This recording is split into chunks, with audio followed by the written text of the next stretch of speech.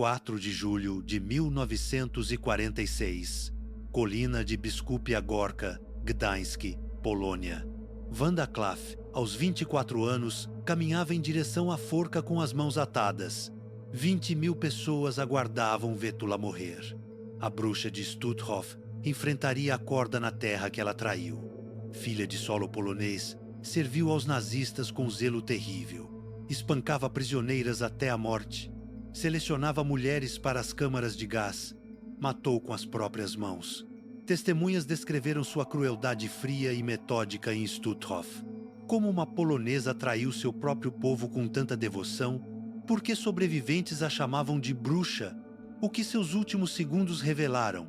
Fique até o final para descobrir as últimas palavras da traidora antes da corda arrebentar seu pescoço. Aviso: difícil de assistir. Antes de começar, estamos rumo à meta de 1 milhão de inscritos. Parece muito, mas com a sua ajuda, chegamos lá. Se inscreva agora, deixe o like e faça parte dessa história. Entre duas identidades. Formação de uma colaboradora, 6 de março de 1922. Danzig, cidade livre sob mandato da Liga das Nações. Naquele pedaço de terra às margens do Báltico, onde o vento frio soprava entre os telhados de ardósia e as torres góticas se erguiam sobre o porto, nasceu Wanda Kalasinski. Sua família fazia parte da minoria alemã que habitava uma cidade peculiar, nem totalmente polonesa, nem inteiramente alemã. Danzig, a antiga joia hanseática, fora transformada pelo Tratado de Versalhes em uma cidade livre, administrada sob a supervisão da Liga das Nações, mas com população majoritariamente germânica. Era, portanto, um território suspenso entre dois mundos, um espaço de tensões constantes, onde identidades se confundiam e ressentimentos antigos ganhavam nova força. O pai de Wanda trabalhava nas ferrovias, a mãe dona de casa. Viviam modestamente, sustentados por um ofício que exigia disciplina e orgulho. Em casa, falava-se alemão. Nas ruas, o som do polonês ecoava, misturado a sotaques diversos, reflexo de uma cidade cosmopolita e disputada. Para muitos dos seus habitantes de origem germânica, Danzig não era uma entidade independente, mas uma parte amputada da pátria alemã, arrancada injustamente pelos vencedores da Primeira Guerra Mundial. Essa percepção de injustiça, repetida nas conversas de taberna e nas reuniões familiares, alimentava um sentimento de humilhação coletiva que moldaria toda uma geração. Wanda cresceu ouvindo histórias sobre a antiga glória do Império Alemão e sobre o roubo de Danzig pelos poloneses e pelos franceses. Na escola, professores alemães ensinavam as crianças a olhar para Berlim como um farol distante, um símbolo de unidade perdida. Cada bandeira polonesa hasteada sobre um edifício público parecia para muitos uma afronta. Assim, a pequena Wanda aprendeu desde cedo a desconfiar do outro, o estrangeiro, o polonês, o judeu. Eram anos em que a ideia de pureza nacional começava a se infiltrar lentamente na vida cotidiana, preparando o terreno para o fanatismo que estava por vir. Quando Adolf Hitler ascendeu ao poder, em 1933, o impacto em Danzig foi imediato. As ruas da cidade, até então marcadas por um nacionalismo contido, tornaram-se palco de marchas, bandeiras vermelhas e hinos alemães entoados com fervor.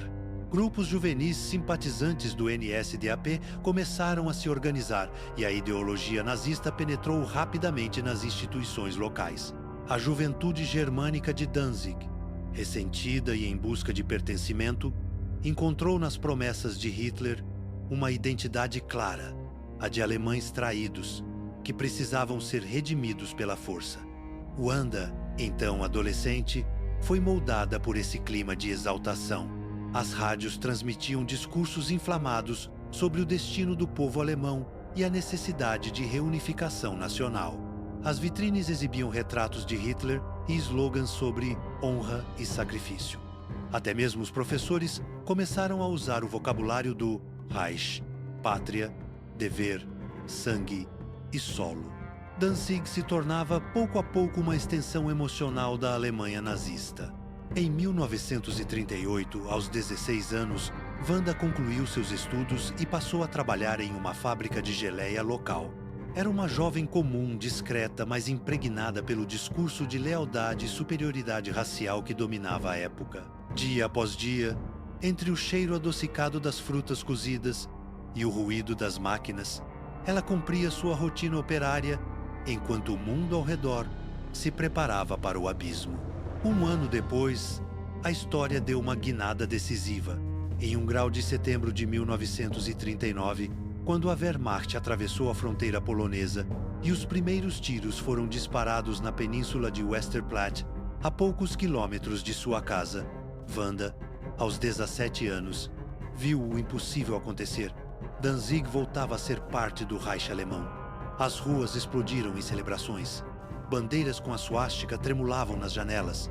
Multidões saudavam os soldados com o braço erguido, e a jovem Wanda, como tantos outros, acreditou que assistia à reparação de uma injustiça histórica. Para os alemães locais, aquele não era o início de uma guerra, era um renascimento nacional. Durante os primeiros anos do conflito, ela permaneceu trabalhando na fábrica de geleia, contribuindo para o esforço de guerra através do trabalho nas indústrias alimentícias do regime.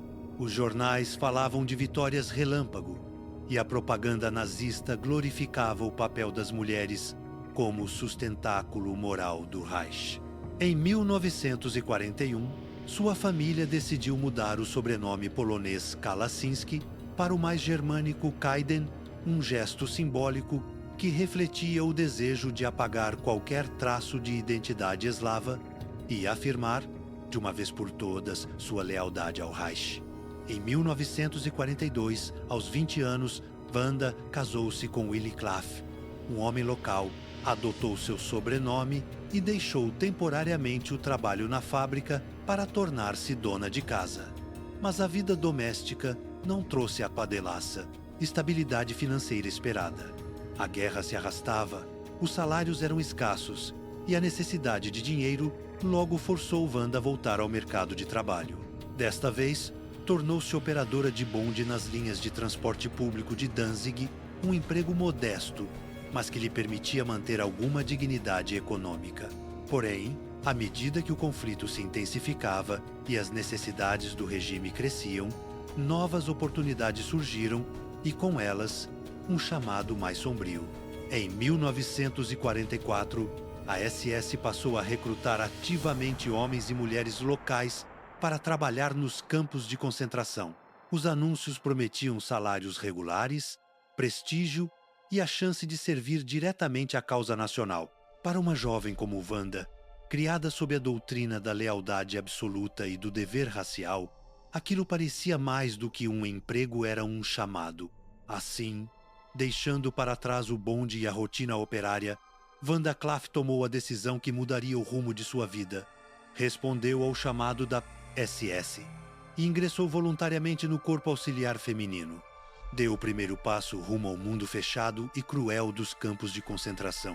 Um universo onde a ideologia se tornava prática e onde a obediência absoluta se confundia com a perda total da humanidade.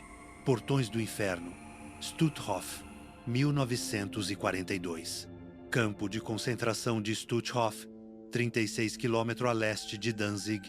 Erguido em meio às florestas úmidas da Pomerânia Oriental, o campo de Stutthof foi inaugurado logo após a invasão da Polônia, em setembro de 1939, tornando-se o primeiro campo de concentração nazista estabelecido fora das fronteiras alemãs de 1937.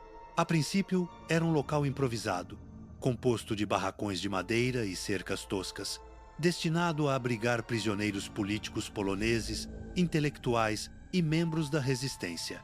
Mas, à medida que a guerra se expandia, também crescia a máquina repressiva do Reich e Stutthof transformou-se num complexo de extermínio em escala industrial, recebendo deportados de todas as regiões ocupadas da Europa.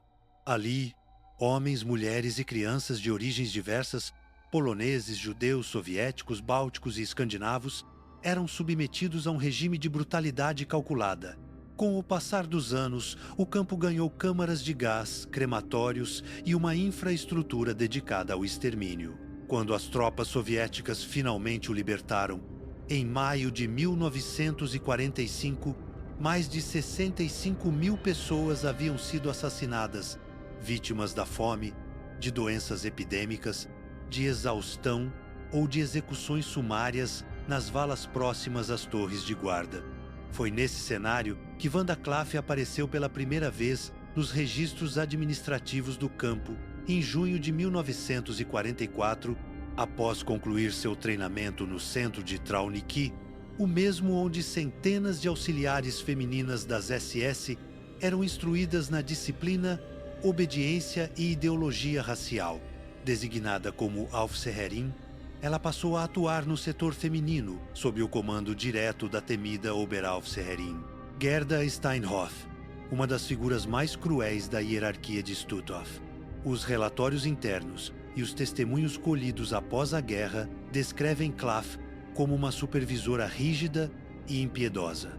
Testemunhas a retrataram sempre impecável no uniforme das SS, com o rosto frio e o olhar duro, um contraste perturbador com sua juventude. As prisioneiras afirmavam que ela parecia sentir prazer no sofrimento alheio, punindo qualquer desobediência, real ou imaginária, com agressões brutais. Uma das sobreviventes em depoimento ao tribunal de Gdańsk recordou com amargura: Klaff tinha prazer em infligir dor, espancava mulheres por qualquer pretexto, um olhar errado, um passo fora de linha. Era como se quisesse provar aos alemães que era mais leal do que eles próprios. Outras vozes reforçaram essa imagem. Foi relatado um episódio em que Klaff espancou uma prisioneira grávida até que ela desfalecesse. O relatório médico do campo confirma que a mulher morreu dias depois, em decorrência dos ferimentos. Durante as chamadas matinais apels, momento em que centenas de prisioneiras eram obrigadas a permanecer imóveis sob frio intenso, Klaff percorria as fileiras empunhando um chicote à espreita de qualquer vacilo. Bastava um movimento, um tremor, uma tosse e o castigo vinha imediato. Aquelas que desmaiavam de exaustão eram arrastadas e jamais retornavam. Segundo diversos testemunhos, ela também participou das seleções destinadas à câmara de gás, escolhendo com aparente indiferença as prisioneiras doentes, fracas ou consideradas inúteis ao trabalho. Os documentos apresentados no pós-guerra incluem listas manuscritas com nomes e números de prisioneiras, provas inequívocas de sua colaboração direta nas execuções. A caligrafia foi posteriormente identificada como sendo de Wanda Klaff. Por trás da letra firme e precisa, escondia-se o horror burocratizado do sistema nazista.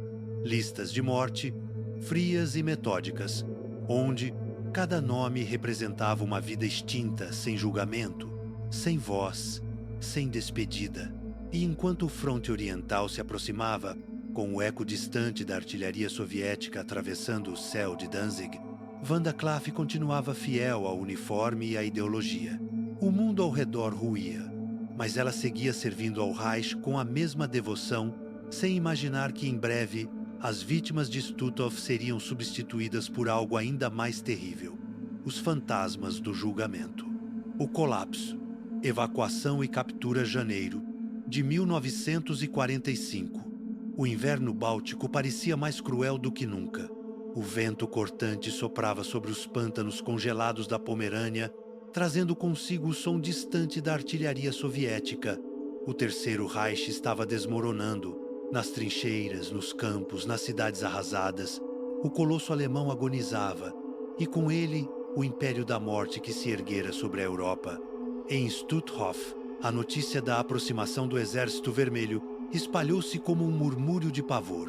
As autoridades das SS receberam ordens diretas de evacuar o campo. Nenhum prisioneiro deveria cair vivo nas mãos do inimigo. O que se seguiu entrou para a história como uma das mais sombrias páginas do final da guerra, as Marchas da Morte. Em meio a nevascas e temperaturas abaixo de zero, cerca de 50 mil homens e mulheres foram arrancados de seus barracões e lançados à estrada, em longas colunas humanas que serpenteavam pela paisagem devastada.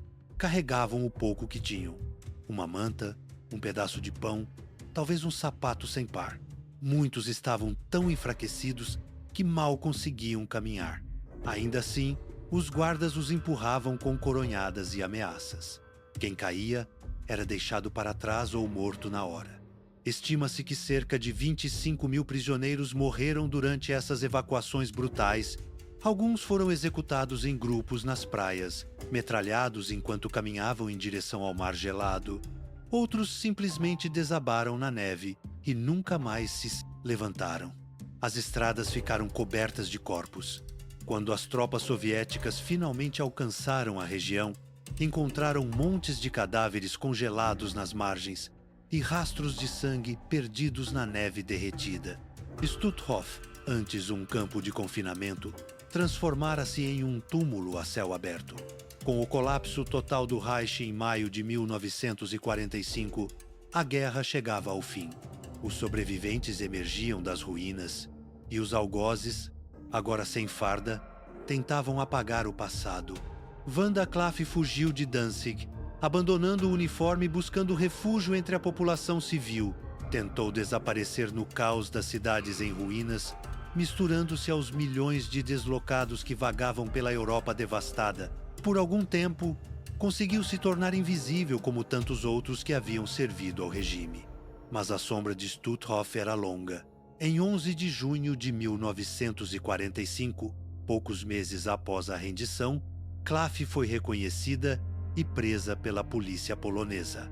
Alguém entre os sobreviventes libertados lembrara-se perfeitamente de seu rosto, o mesmo rosto que outrora representava autoridade e terror, agora empalidecido diante dos interrogadores. Durante sua detenção, Wanda adoeceu gravemente. A prisão polonesa onde foi mantida tinha condições precárias, e ela contraiu febre tifoide. Por semanas oscilou entre a vida e a morte, mas acabou sobrevivendo. Quando recuperou forças suficientes, foi transferida para aguardar julgamento junto com outras guardas capturadas de Stutthof. O julgamento face a face com as vítimas Tribunal Especial de Gdańsk. As ruínas da cidade ainda exalavam o cheiro acre da guerra. Entre edifícios destruídos e ruas cobertas de escombros, ergueu-se uma nova justiça, uma que buscava dar voz aos mortos. Foi nesse cenário que se iniciou o julgamento de Wanda Klaff, realizado no antigo prédio da Corte Distrital, transformado provisoriamente em Tribunal Especial de Crimes de Guerra. A ré, agora com 24 anos, sentava-se no banco dos acusados ao lado de outras ex-guardas do campo de Stutthof: Gerda Steinhoff, a temida Oberaufseherin, Jenny Wanda Barkmann, a jovem conhecida entre as prisioneiras pelo rosto angelical e pela violência impiedosa, e Elisabeth Becker, outra guarda acusada de brutalidades sistemáticas. À frente delas, juízes poloneses, representantes das autoridades e um auditório repleto de jornalistas, curiosos, sobreviventes e familiares das vítimas. O ar dentro da sala era pesado, como se cada palavra ali dita fosse arrastada pelas lembranças que ninguém conseguia esquecer. O promotor abriu o processo com um tom grave, sem recorrer à teatralidade. Seu discurso era direto, metódico, e cada frase parecia uma lâmina que cortava o silêncio. A acusada serviu ao sistema de extermínio com convicção e zelo. Não foi compelida, foi voluntária, e o fez contra o próprio povo que falava sua língua e compartilhava seu solo natal. A acusação descreveu em detalhes a estrutura do Obrimeira, campo, o papel das guardas femininas nos subcampos de Proust e Russoskin, as ordens executadas sem piedade e o número de mortos resultante da máquina que elas ajudaram a manter em funcionamento.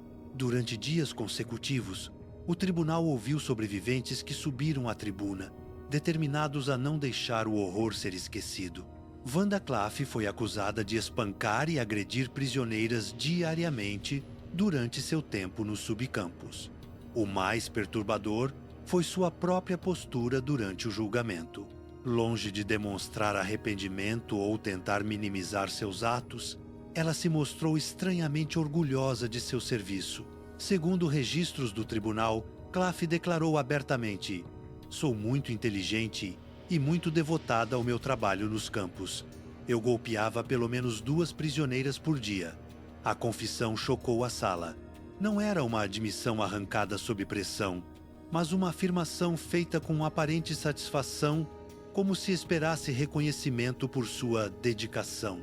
Os juízes tomaram notas em silêncio e a multidão no auditório murmurou indignada.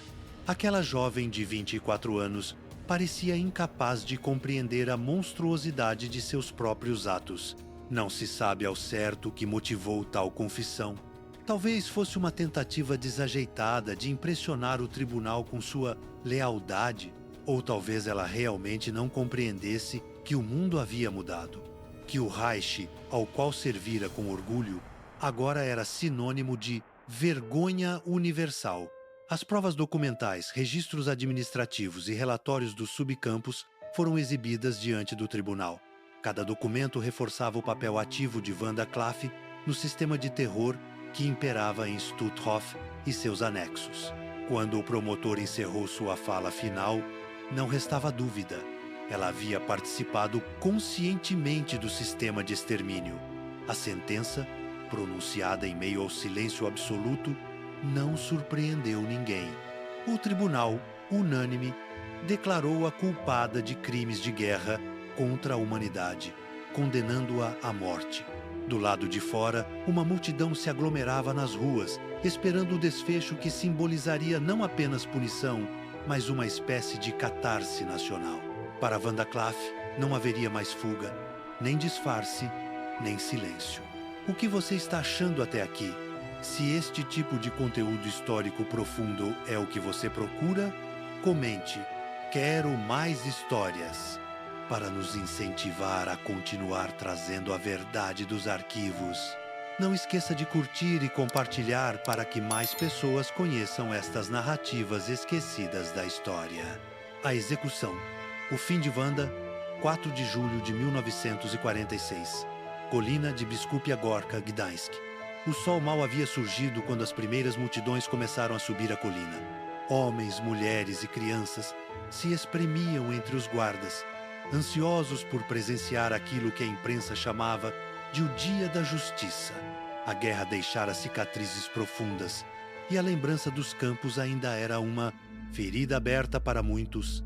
Assistir à execução das antigas guardas de Stutthof significava ver, pela primeira vez, o mal sendo confrontado diante dos olhos do povo.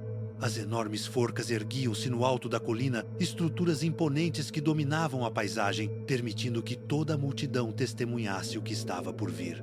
O vento agitava as bandeiras polonesas e o murmúrio da multidão misturava-se às orações de alguns sobreviventes. Entre os espectadores havia ex-prisioneiras do próprio campo de Stutthof, trazidas para testemunhar o fim de suas algozes. Algumas seguravam fotografias amareladas de parentes que jamais voltaram, outras apenas observavam em silêncio, com os olhos fixos nas estruturas de madeira. Quando os caminhões militares chegaram, os condenados foram trazidos um a um, rostos pálidos, passos lentos, olhares perdidos. Entre eles, Wanda Klaff, com apenas 24 anos. Vestia um simples casaco cinza, o cabelo preso com firmeza, o semblante entre a resignação e o espanto. A guerra havia acabado, o Reich que ela servira com fervor era agora pó, e o uniforme que outrora lhe dera autoridade transformara-se em símbolo de opróbrio. A execução fora pública por decisão do governo polonês, que via nela não apenas a punição de criminosos, mas uma declaração moral e política. O novo Estado, renascido das cinzas, não toleraria a impunidade. Era também um aviso aos colaboradores e simpatizantes do nazismo, ainda escondidos à justiça, mesmo tardia, alcançaria todos. Quando chegou sua vez, Wanda foi conduzida até um dos caminhões posicionados sob as forcas. Ordenaram-na a subir na caçamba, onde um banquinho simples havia sido colocado. Ela obedeceu com passos trêmulos, auxiliada pelos guardas. O caminhão deu marcha ré, posicionando-se exatamente sob a viga horizontal da forca gigantesca, enquanto 20.000 pessoas observavam em silêncio absoluto. Wanda foi instruída a subir no banquinho. O carrasco aproximou-se com a corda, lançando-a sobre a trave superior antes de ajustar o nó ao redor de seu pescoço. O vento frio da manhã agitava levemente a corda. Um repórter de um jornal local anotou que ela parecia murmurar algo, uma prece, talvez, ou um último pensamento. Os oficiais desceram do caminhão metodicamente, um após outro, até que apenas Wanda permanecesse sobre o banquinho sozinha na caçamba. Por um instante interminável, tudo pareceu suspenso: o vento, a respiração da multidão, o próprio tempo. Então o sinal foi dado. O motorista acionou a marcha e o caminhão avançou lentamente. O banquinho tombou e Wanda Claff ficou suspensa no ar. O corpo balançou brevemente enquanto a corda se esticava. A multidão permaneceu em silêncio, testemunhando. A morte veio em minutos. O protocolo determinava que o corpo permanecesse suspenso até que um médico declarasse oficialmente o óbito, enquanto o vento frio soprava entre as cordas e os guardas mantinham a multidão à distância. Quando finalmente baixaram o corpo, o sol já se elevava sobre as ruínas de Gdańsk. A jovem mulher que um dia servira ao regime com devoção fanática, agora pendia inerte, reduzida a mais um símbolo da queda do Reich e de sua geração perdida. Legado e reflexão. O caso de Wanda Claff tornou-se emblemático não apenas pela brutalidade de seus crimes, mas pela inquietante banalidade de sua origem. Uma jovem comum, sem passado violento, moldada por uma época de extremos, que acabou se transformando em algoz dentro de um sistema que fez do ódio uma virtude e da obediência cega uma forma de poder. Sua trajetória expõe, com desconfortável clareza, como o mal pode nascer não apenas do fanatismo, mas da aceitação passiva, da indiferença cotidiana diante da crueldade e de como a ideologia, quando absoluta, é capaz de apagar a fronteira entre o humano e o desumano. Seu julgamento representou um dos primeiros gestos de justiça de uma Polônia, arrasada pela guerra, uma nação que tentava se reconstruir entre ruínas e fantasmas. Mais do que punir, buscava compreender, entender como pessoas comuns haviam se tornado instrumentos de um sistema de extermínio. Aquelas sentenças, mais do que o fim de um conflito, foram o início de uma memória, uma tentativa de resgatar a dignidade perdida e de dar voz aos que haviam sido silenciados. Hoje, o campo de Stutthof permanece em pé como memorial. Entre suas cercas e barracões silenciosos, o vento do Báltico parece carregar os ecos do passado. As vozes das vítimas ainda sussurram através das paredes frias, lembrando o preço da submissão. E entre esses ecos sobrevive também o nome de Wanda Claff, não como mártir, mas como advertência eterna do que acontece quando a humanidade escolhe se curvar diante da barbárie. Se esta história histórica profunda impactou você, deixe seu like e compartilhe. Comente. Quero mais histórias. Se deseja que continuemos trazendo à luz narrativas esquecidas dos arquivos, inscreva-se no canal e ative o sininho para não perder os próximos episódios desta série documental sobre figuras esquecidas da história. A história não é apenas sobre o passado, é sobre entender nosso presente e proteger nosso futuro.